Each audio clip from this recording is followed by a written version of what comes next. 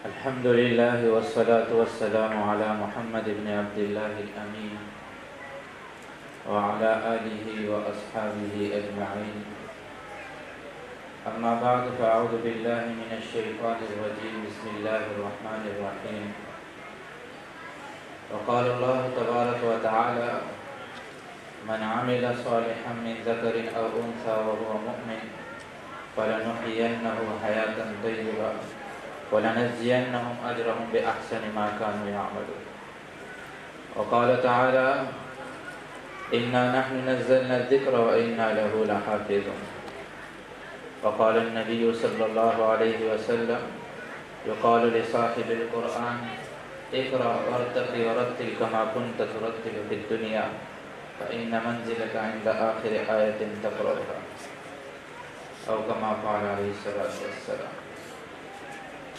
میں سب سے پہلے تو مبارکباد دینا چاہوں گا ابو بکر کو، ان کے والد صاحب کو، ان کے دادا کو، ان کے نانا کو، ان کے والدین کو، کہ انہوں نے اتنا بڑا اعزاز اور اتنی بڑی ضخیم کتاب کو اپنے سینے میں محفوظ کیا. اور مستورات سے عرض کروں گا کہ وہ خاموشی کے ساتھ، توجہ کے ساتھ ذرا بات کو سنیں، تاکہ اس کا بہت زیادہ فائدہ ہو، ہمیں بھی فائدہ ہو، آپ کو بھی فائدہ ہو.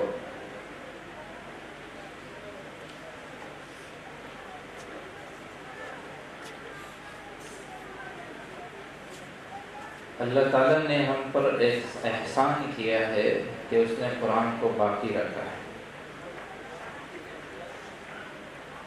اور ہمارے نبی پاک صلی اللہ علیہ وسلم کو جو قرآن ایک معجزہ دیا، وہ ایسی کتاب ہے جو باقی رہنے والی کتاب ہے. پچھلے نبیوں کو بھی کتابیں ملی، تورات، زبور، انجیل، لیکن انہیں بدل دیا گیا، تبدیلیاں کر دی گئی، اپنی مرضی کی چیزیں اس میں داخل کر دی گئی. جو پسند تھا ڈال دیا گیا، جو ناپسند تھا نکال دیا گیا، اس لیے نام و نشان مٹ گئے. تورات کو یہودیوں نے بدل دیا، انجیل کو عیسائیوں نے بدل دیا، زبور کا تو نام ہی مٹ گیا.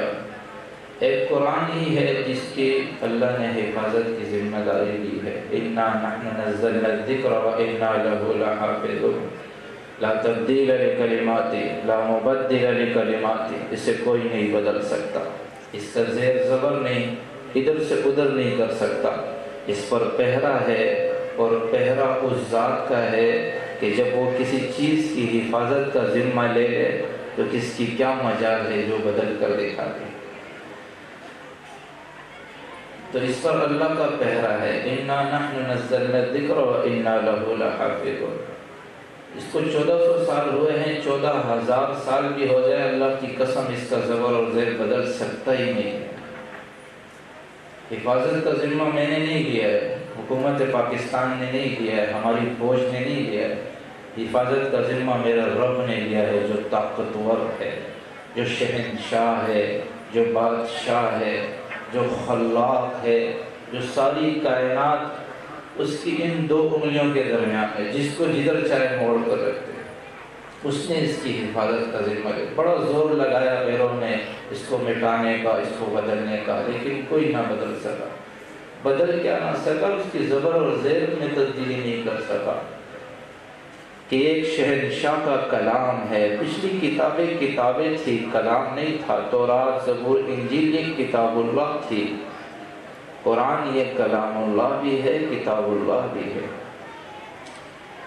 اس لیے اس کو کوئی بدل نہیں سکتا. 1935 میں جرمن ایک بڑی طاقتور حکومت تھی. 1935 میں وہاں کے پادریوں نے مشورہ کیا کہ بائبل کو جمع کرتے ہیں. 30 بائبل ساری دنیا سے جمع کیے، 30 بائبل ساری دنیا سے جمع کیے، اور پھر سپر کمپیوٹر میں اس کو ڈال کر چیک کیا تو ہر ایک دوسرے سے مختلف تھی. زمین اور آسمان کا فرق تھا، رات اور دن کا فرق تھا. تو سر پکڑ کر بیٹھ گئے، کس کو مانے کس کو چھوڑے، کون صحیح کون غلط. ایک نے کہا کہ مسلمانوں کا قرآن بھی اسی طرح غلطیوں سے بھرا ہوگا، ذرا اس کو دیکھتے ہیں. تو اپنے تو 30 بائبل جمع کیے مسلمانوں کے 30,000 قرآن ساری دنیا سے جمع کیے، 30,000 قرآن۔ اس وقت پرنٹ کا دور نہیں تھا، سارا ہاتھ کا لکھا ہوا تھا۔ ہاتھ کے لکھے میں کہیں آگے پیچھے انسان ہو جاتا ہے، غلطی ہو جاتی ہے، زبر زیر میں غلطی ہو جاتی ہے، آیت کو آگے پیچھے لکھنے میں غلطی ہو جاتی ہے۔ انہوں نے 30,000 قرآن جمع کیے اور سپر کمپیوٹر میں ڈال کر جب چیک کیا تو اللہ کی قسم، رب ذوالجلال کی قسم، زیر اور زبر کی بھی غلطی نہ نکل سکی۔ ان پر ایک نیا علم کھلا اور جتنے پادری اس میں شریک ہوئے تھے وہ سب کلمہ پڑھ کے مسلمان ہو گئے۔ یہ قرآن کا معجزہ ہے۔ یہ قرآن قیامت تک کے لیے، آنے والی انسانیت کے لیے ہدایت کا ذریعہ ہے۔ عبداللہ بن مقفع ایک مجوسی عالم گزرا، بہت بڑا عالم تھا، ادیب تھا، مصنف تھا، عربی دان تھا، بہت بڑا مجوسی تھا، بعد میں مسلمان ہو گیا۔ اس کے اسلام لانے کا ایک عجیب واقعہ، اسے یہودیوں نے کہا کہ تم اتنے بڑے عالم ہو، اتنے بڑے ادیب ہو، اتنے بڑے مصنف ہو، عربی دان ہو، تم قرآن کے مقابلے میں کوئی کتاب کیوں نہیں تیار کر لیتے؟ اس نے کہا یہ کوئی مشکل کام تھوڑی ہے، میرے گھر میں 1 سال کا راشن بھر دو، میرے 1 سال کے راشن کا ذمہ تم لے لو، میں کتاب تیار کرتا ہوں۔ انہوں نے کہا ٹھیک ہے، ہم تمہارے گھر کے 1 سال کے راشن کا ذمہ ہمارے ذمہ ہے۔ وہ گھر میں گیا اور کمرے میں بیٹھ گیا اور کتاب تیار کر رہے قرآن کے مقابلے میں۔ پورے سال وہ کتاب لکھتا رہا، لکھتا رہا، لکھتا رہا۔ 1 سال گزرنے کے بعد جب وہ ایک کتاب تیار کر کے باہر آیا کہ یہ کتاب جو میں نے تیار کی ہے یہ قرآن کے مقابلے میں ہے۔ گلی سے جا رہا تھا، ایک بچی قرآن پڑھ رہی تھی، اپنے گھر میں قرآن پڑھ رہی تھی اونچی آواز سے۔ اس کے گھر کی کھڑکی کھلی ہوئی، وہ تلاوت کر رہی ہے، وَقِيلَ يَا أَرْضُ ابْلَعِي مَاءَكِ وَيَا سَمَاءُ أَقْلِعِي وَغِيضَ الْمَاءُ وَقُضِيَ الْأَمْرُ وَاسْتَوَتْ عَلَى الْجُودِيِّ وَقِيلَ بُعْدًا لِلْقَوْمِ الظَّالِمِينَ۔ ہمارے لیے اس میں کچھ نہیں ہے، اس لیے کہ ہم عربی جانتے ہی نہیں ہیں، ہمیں پتہ ہی نہیں ہے اس میں کیا کہا جا رہا ہے۔ وہ عربی جانتے تھے، ان کو پتہ تھا کہ یہ کیا کلام ہے۔ تو اس نے جب سنا یہ بچی پڑھ رہی ہے وَقِيلَ يَا أَرْضُ ابْلَعِي مَاءَكِ وَيَا سَمَاءُ أَقْلِعِي وَغِيضَ الْمَاءُ وَقُضِيَ الْأَمْرُ وَاسْتَوَتْ عَلَى الْجُودِيِّ وَقِيلَ بُعْدًا لِلْقَوْمِ الظَّالِمِينَ۔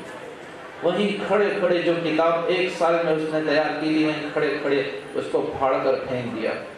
کہا میری پوری کتاب کو تو قرآن کی یہ ایک آیت کھا گئی، میں کہاں قرآن کا مقابلہ کرنے نکلا تھا، میں کہاں قرآن کا مقابلہ کرنے نکلا تھا، میری پوری کتاب کو قرآن کی یہ ایک آیت کھا گئی۔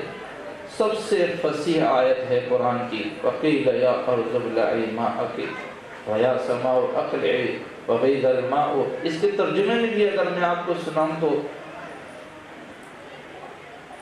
آپ کو اتنا جس طرح وہ اس کو اثر پڑا، آپ کو اثر نہیں پڑے گا۔ وہ عربی جانتے تھے۔ اس نے جب سنا کہ یہ آیت، ایک آیت میرے قرآن کے مقابلے میں میری کتاب کو کھا گئی، میں کہاں قرآن کا مقابلہ کر سکتا ہوں، کلمہ پڑھ کے مسلمان ہو گیا۔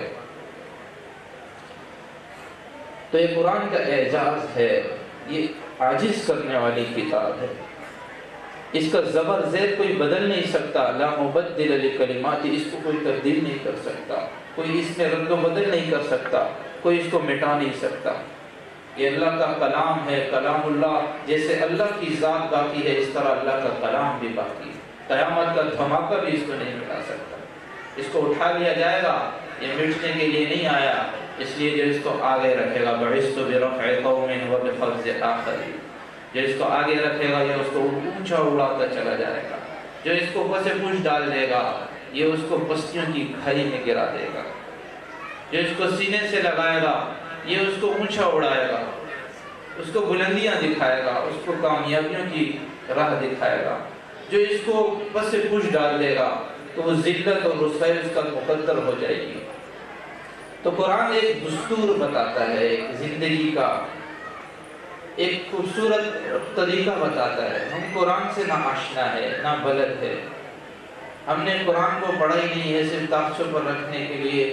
دیکھیں قرآن 2 چیزیں ہیں، ایک اللہ کی ذات قرآن اللہ کی ذات سے نکلا ہوا کلام ہے، ایک اللہ کے رسول صلی اللہ علیہ وسلم، یہ دو ہستیاں ہیں جس سے آپ کی نسبت جڑ جائے گی، آپ بلند سے بلند ہوتے چلے جائیں گے۔ ابو بکر صدیق بنے، کیوں بنے؟ میرے نبی کی نسبت سے بنے۔ عمر فاروق بنے، کیسے بنے؟ ہمارے نبی کی نسبت سے بنے۔ علی حیدر کرار بنے، میرے نبی کی نسبت سے بنے۔ عثمان ذو النورین بنے، میرے نبی کی نسبت سے بنے۔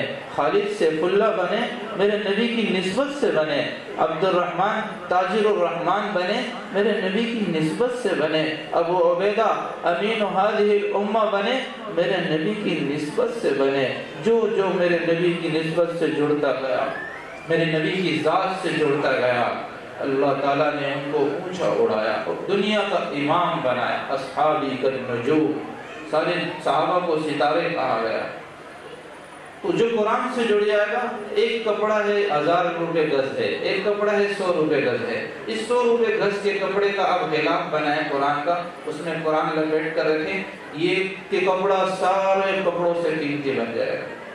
کیوں؟ اس کی نسبت قرآن سے جڑ گئی۔ اب اس کو لوگ چھومیں گے، کوئی زمین پر گرنے نہیں دے گا، کوئی اس سے ناک نہیں صاف کرے گا، اس کو زمین پر پڑا ہوا دیکھیں گے، اٹھا کر آنکھوں سے لگائیں گے، چومیں گے، اوپر رکھیں گے کہ قرآن سے اس کی نسبت جڑ گئی۔ جو انسان قرآن سے جڑ جائے گا، اللہ کی قسم دنیا والوں کی نظروں میں وہ کتنا ہی گیا گزرا ہو، اللہ کی نظروں میں وہ سب سے قیمتی انسان ہے۔ اس لیے قرآن ہمیں معاشرتی زندگی بھی بتاتا ہے، ہمیں ہماری گھریلو زندگی کیسے خوبصورت ہو یہ بھی بتاتا ہے۔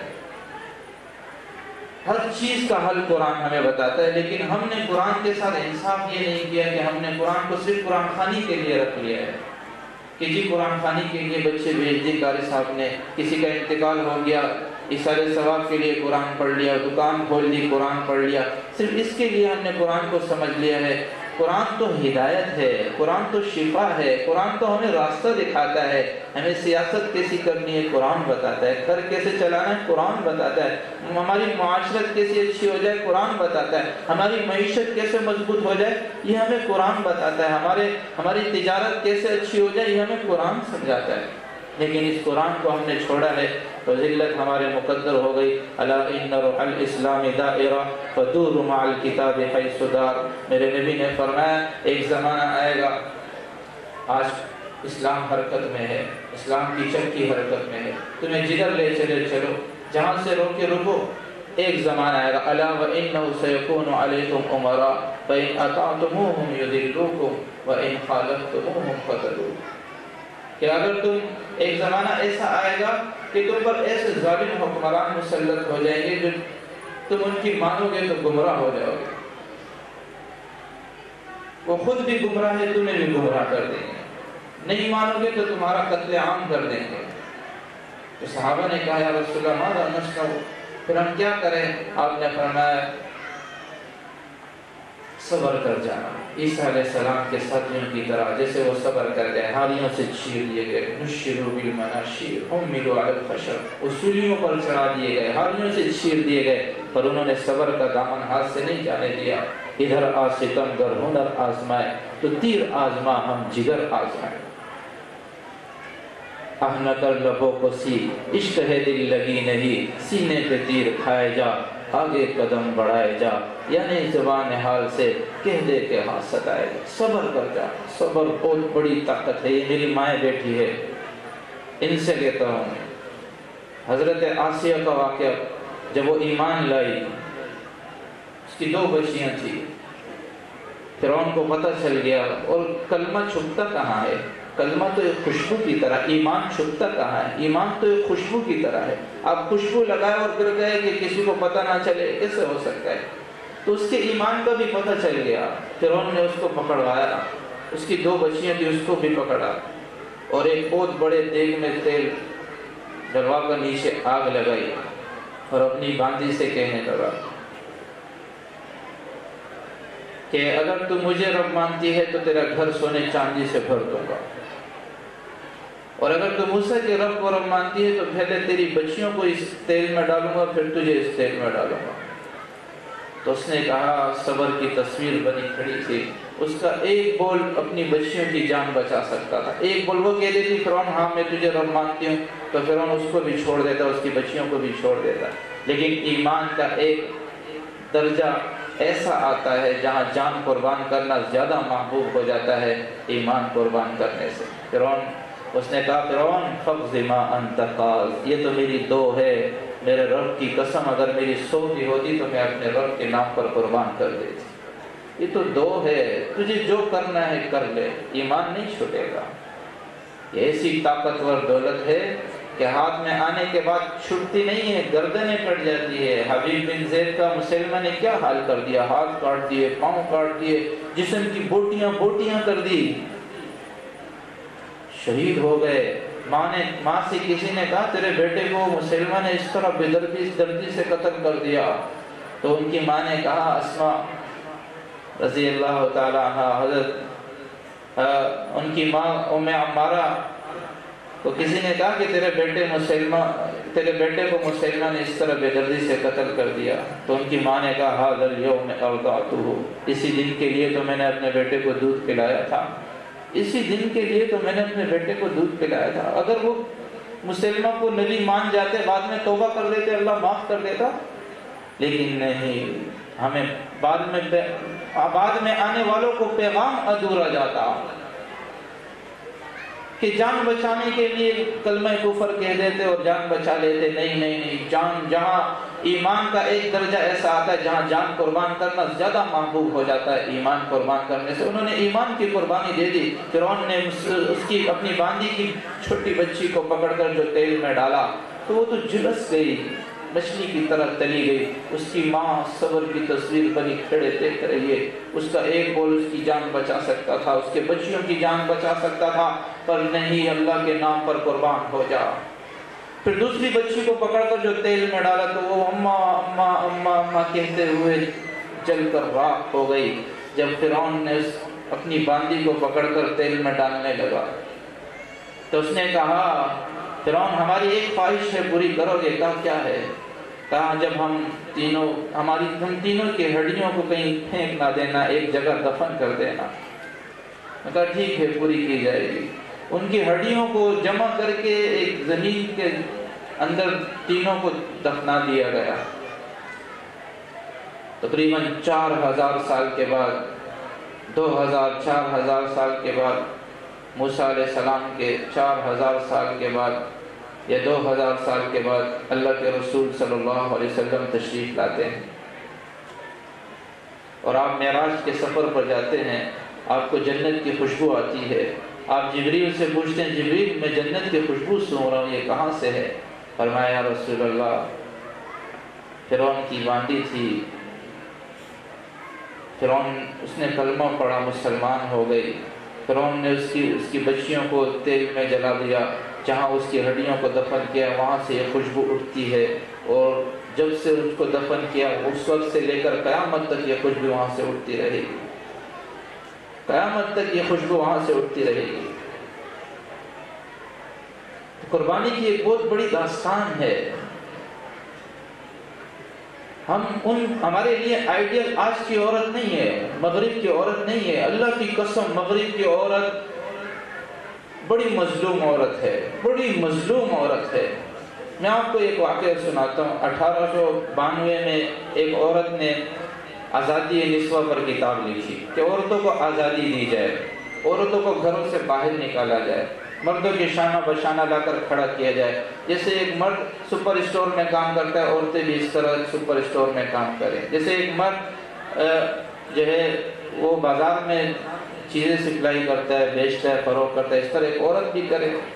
تو ایک عورت نے کتاب لکھی آزادی نسواں پر، مردوں کی بھی خواہش اس میں شامل تھی، تو ایک کمپین چلائی گئی اور پھر عورتیں گھروں سے باہر آئی، وہاں عورت کو آزادی دی گئی۔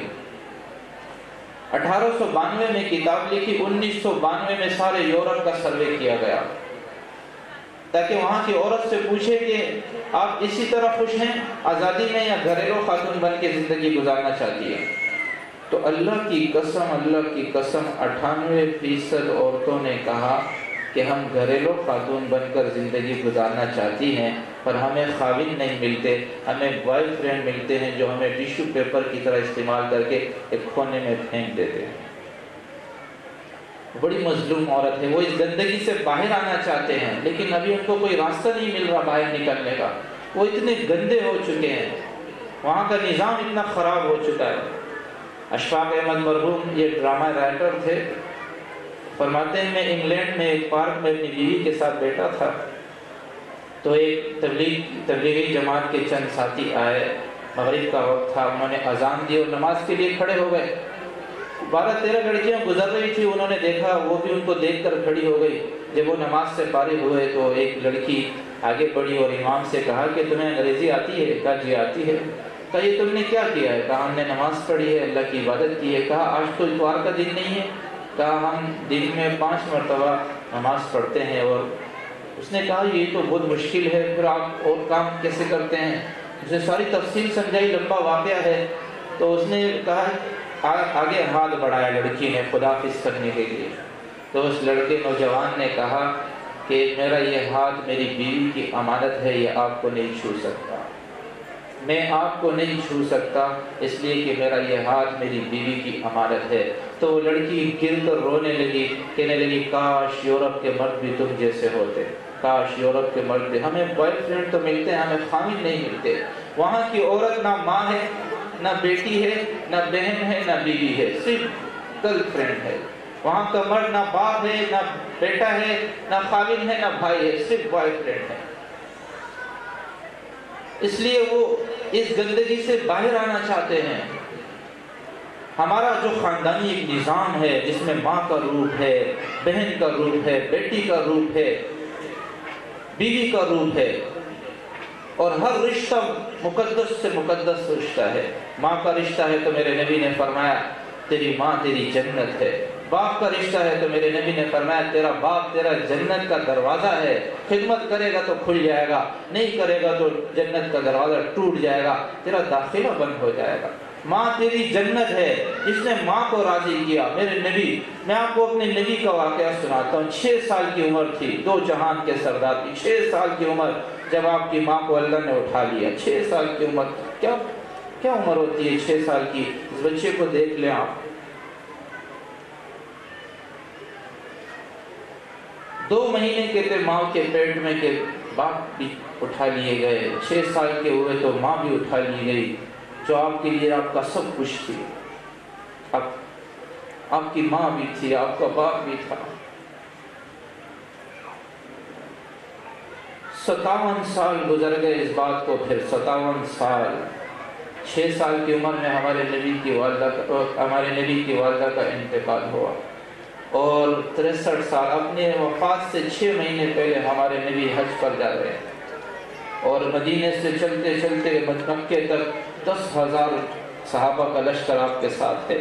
آپ ابوا کی طرف کو چلتے ہیں، حالانکہ وہ روٹ نہیں ہے آنے کا، لیکن آپ اپنی ماں کی قبر سے گھومتے ہوئے ابوا کے مقام پر پڑاؤ ڈالتے ہیں۔ صحابہ سے فرماتے ہیں اپنے خیمے یہیں گاڑ دو، آج کی رات ہم اپنی ماں کی قبر کے ساتھ گزاریں گے۔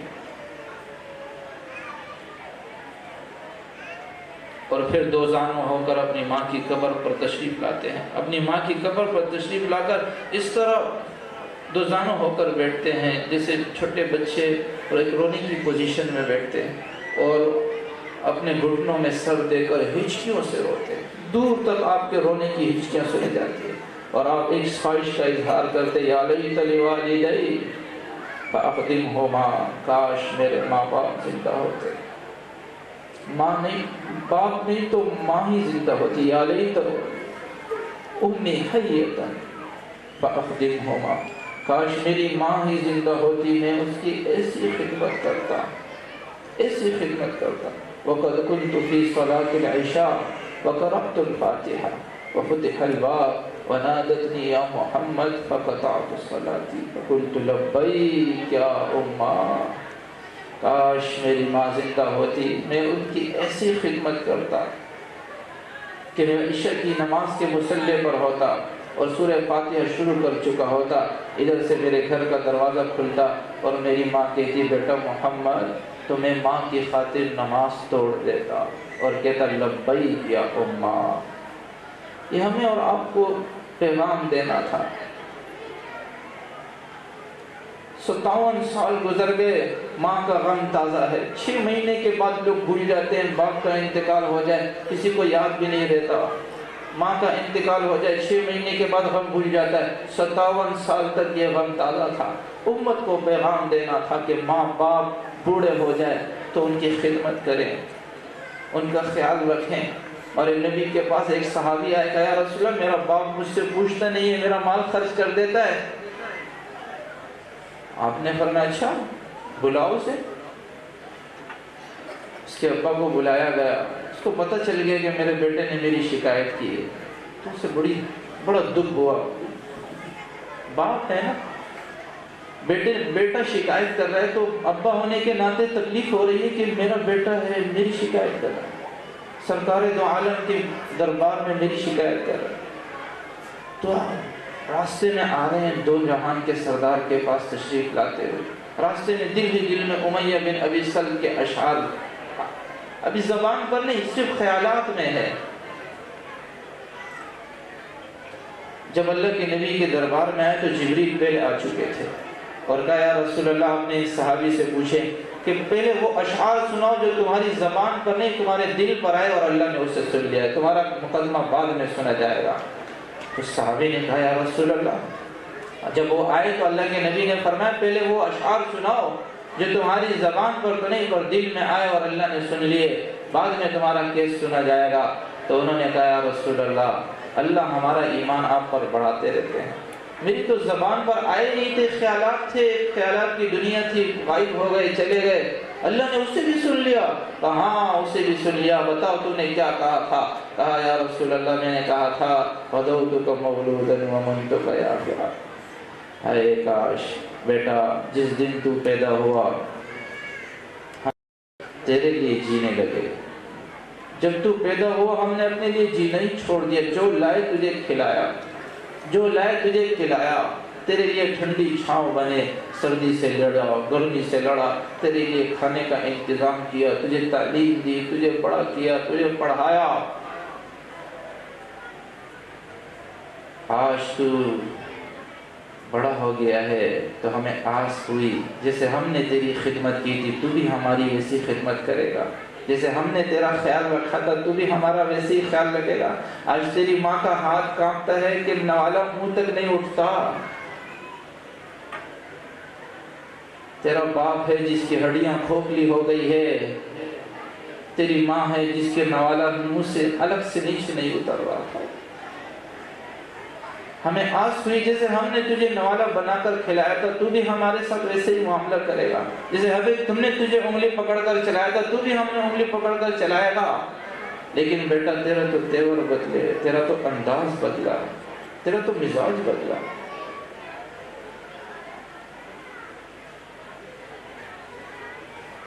بیٹا جب تو روتا تھا تو تیرے ساتھ ہم بھی روتے تھے، جب تو بیمار پڑ جاتا تھا تو ایسا لگتا تھا تو نہیں بیمار ہے، تیرا ابا بیمار ہے، تیری اماں بیمار ہے۔ بچہ بیمار ہو جائے تو ایسا لگتا ہے جیسے ماں باپ بیمار ہوئے پڑے ہیں۔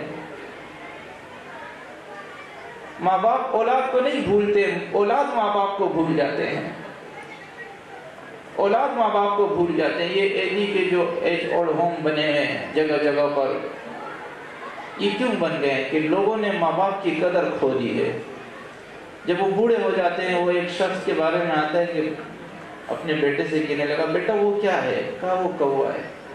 پھر کہا بیٹا وہ کیا بیٹا ہے دیوار پر؟ کہا ابا کوا بیٹھا ہے، ابھی تو بتایا آپ کو، سنائی نہیں دیتا کیا؟ کہا بیٹا وہ کیا ہے مجھے نظر آ رہا ہے ہلکا ہلکا سا۔ کہا ابا سٹیا گئے ہو کیا؟ ابھی تو بتایا کوا بیٹھا ہے۔ تو انہوں نے کہا کہ بیٹا ایک دن تھا اسی طرح تمہیں میں گود میں لیے بیٹھا تھا، تم نے مجھ سے پوچھا ابا وہ کیا ہے؟ میں نے کہا بیٹا اسے کوا کہتے ہیں۔ پھر تم نے پوچھا ابا وہ کیا ہے؟ میں نے کہا بیٹا وہ کوا ہے۔ تم جتنی مرتبہ پوچھتے رہے میں بڑے پیار سے تمہیں اس کا جواب دیتا رہا۔ میں نے 2 دفعہ پوچھ لیا، تمہیں برا لگ رہا ہے؟ باپ کمرے میں سسک رہا ہے، آہیں اور سسکیاں ہیں اور بیٹا اپنی گرل فرینڈ سے فون پر بات کر رہا ہے، جی جان کیسی ہو، ٹھیک ہو، طبیعت کیسی ہے، کھایا کچھ نہیں کھایا، مجھے نزلہ ہو گیا تھا، ڈاکٹر کے پاس گئی کہ نہیں گئی، میں لے کر چلا گیا۔ باپ کمرے میں سسک رہا ہے، ماں تڑپ رہی ہے، اس کا حال تک نہیں پوچھ رہا۔ اور یہ ظلم ہے میرے بھائیو۔ میرے نبی نے فرمایا، میرے نبی سے پوچھا گیا متی الساعہ یا رسول اللہ، یا رسول اللہ آپ بتائیں قیامت کب آئے گی؟ پوچھنے والا کون ہے؟ جبریل ہے۔ آپ فرما رہے اللہ اعلم، اللہ کو پتہ ہے کب آئے گی۔ جبریل پوچھتے ہیں یا رسول اللہ کوئی نشانی تو بتا دے۔ آپ نے فرمایا ان تلد الامۃ ربتها، جبریل جب دیکھو کہ بیٹیاں بھی ماں کو ذلیل کرنے لگے، جب بیٹیاں بھی ماں کے ساتھ ناروا سلوک کرنے لگے، تو سمجھنا اللہ قیامت کے نکارے پر چوٹ مار دے گا۔ میرے نبی سے پوچھا گیا رسول اللہ مجھ پر سب سے زیادہ حق کس کا ہے؟ فرمایا تیری ماں کا ہے۔ پھر پوچھا یا رسول اللہ مجھ پر سب سے زیادہ حق کس کا ہے؟ کہا تیری ماں کا ہے۔ پھر کہا یا رسول اللہ مجھ پر سب سے زیادہ حق کس کا ہے؟ کہا تیری ماں کا ہے۔ چوتھی مرتبہ کہا تیرے باپ کا ہے۔ ماں کی قربانی زیادہ ہے، اس لیے ماں باپ کی خدمت کریں، ان کو اپنا سرمایہ سمجھے۔ رمضان قریب آ رہا ہے، وَإِذَا مَنْ أَدْرَكَ وَالِدَيْهِ فَلَمْ يُغْفَرْ لَهُ، وَإِذَا مَنْ أَدْرَكَ وَالِدَيْهِ فَلَمْ يُغْفَرْ لَهُ۔ میرے نبی منبر پر آئے اور فرمایا جس نے ماں باپ کو بوڑھا پایا اور اس کی خدمت کر کے اللہ کو ناراضی کر سکا، اللہ کی قسم وہ ہلاک ہو گیا، وہ ہلاک ہو گیا۔ جبریل فرما رہے یا رسول اللہ جس نے ماں باپ کو بوڑھا پایا اس کی خدمت نہ کر سکا، ماں باپ کی نافرمانی کرتا رہا، ہلاک ہو جائے وہ۔ آپ فرما رہے آمین۔ جبریل بد دعا دے رہے ہیں، جبریل بد دعا دے رہے ہیں یا رسول اللہ ہلاک ہو جائے وہ شخص جو ماں باپ کو بوڑھا پائے، ان کی خدمت کر کے جنت نہ پا سکے۔ دو جہان کے سردار فرما رہے آمین۔ آپ اندازہ لگائیں یہ بد دعا کتنی خوفناک بن کر اس شخص کو لگے گی جو ماں باپ کا نافرمان۔ مجھے ایک ماں نے کہا میرا بیٹا آج آگ میں جل رہا ہو، میں اس کے بچنے کے لیے دعا نہیں کروں گی کہ اللہ اس کو بچا لے، یا اللہ اس کو بچا لے، کہ اس نے ماں کو اتنا ناراض کیا، اتنی تکلیف پہنچائی کہ ماں اتنا دکھی ہو کر کہہ رہی ہے کہ میرا بیٹا آگ میں بھی جل رہا ہو تو میں اس کے بچنے کی دعا نہیں کروں گی کہ اللہ اس کو بچا لے۔ تو میرے محترم بھائیو دوستو، آپ نوجوان بیٹھے ہیں، اکثریت نوجوانوں کی ہے، ماں باپ کی خدمت کریں، ان کو جنت کا سرمایہ سمجھے، ان کی دعائیں لیں۔ پیسہ ہی سب کچھ نہیں ہے، ماں باپ آپ کے لیے بہت کچھ ہے، ان کی خدمت کر کے ان کی دعائیں لیں۔ موسیٰ علیہ السلام طور پر جاتے تھے، ماں کا انتقال ہو گیا، اللہ تعالیٰ نے فرمایا موسیٰ آپ سنبھل کر آیا کر، جو تیرے لیے دعائیں کرنے والی تھی وہ اٹھا لی گئی ہے۔ نبی جیسی ہستی بھی ماں کی دعاؤں کی محتاج ہو۔ ہم اور آپ تو عام سے انسان ہے، ماں کی دعائیں لیں، باپ کی دعا لیں، باپ کے مشورے سے، ماں کے مشورے سے کوئی قدم اٹھائے، اللہ آپ کو عزتوں سے نوازے گا، بلندیوں سے نوازے گا، کامیابیوں کی راہ دکھائے گا۔ اگر آپ اپنی منمانی پر چلیں گے، ماں باپ کو رسوا کریں گے، ان کا کوئی خیال نہیں رکھیں گے، تو اللہ کی قسم دنیا کی ذلت ہے، آخرت بھی۔ ایک گناہ کی سزا اللہ دنیا میں بھی دیتا ہے، وہ ماں باپ کی نافرمانی ہے۔ اللہ کے نبی نے قیامت کو شراب کے ساتھ نہیں جوڑا ہے، زنا کے ساتھ نہیں جوڑا، قتل و غارت کے ساتھ نہیں جوڑا۔ یہ نہیں کہا جب شراب عام ہو جائے گی تو قیامت آ جائے گی، جب زنا عام ہو جائے گا تو قیامت آ جائے گی، جب قتل و غارت اور خون بازاری ہوگی تو قیامت آ جائے گی۔ آپ نے فرمایا جب ماں باپ کی نافرمانی ہوگی تو قیامت آ جائے گی، جب بیٹیاں ماں کو ذلیل کرے گی تو قیامت آ جائے گی، جب بچیاں بھی ماں کے ساتھ ناروا سلوک کرے گی تو اللہ قیامت کے نکارے پر چوٹ مار دے گا۔ اس لیے تو میرے نبی اظہار کر گئے، خواہش کر گئے، یا لیت امی حیۃ، کاش میری ماں زندہ ہوتی، تم دیکھتے میں اس کی کیسی خدمت کرتا، کہ میں مصلی پر ہوتا۔ نماز سب سے بڑا عمل ہے، سب سے بڑی عبادت ہے، اور میرے نبی فرما رہے میں مصلی پر ہوتا، سورہ فاتحہ شروع کر چکا ہوتا، ادھر سے ماں کہتی بیٹا محمد تو میں ماں کی خاطر نماز چھوڑ دیتا۔ ہم تو موبائل نہیں چھوڑتے ماں کی آواز پر، ہم تو موبائل نہیں چھوڑتے ابا کی آواز پر۔ کوئی باپ کام کہہ دے تو بیٹا کہتے ہیں اس کو کیوں نہیں کہہ رہے آپ مجھے کہہ رہے ہیں؟ اس سے کیوں؟ ہماری دیر میں گزشتہ دنوں ایک نوجوان نے ماں باپ کو گولی مار کے قتل کر دیا۔ اس پب جی گینگ نے اتنے لوگوں کے ذہن کو مفلوج کر دیا ہے، اس ذرا سی اس کو ڈانٹ ڈپٹ ہو وہ ماں باپ کو قتل کرنے کو آ جاتے ہیں۔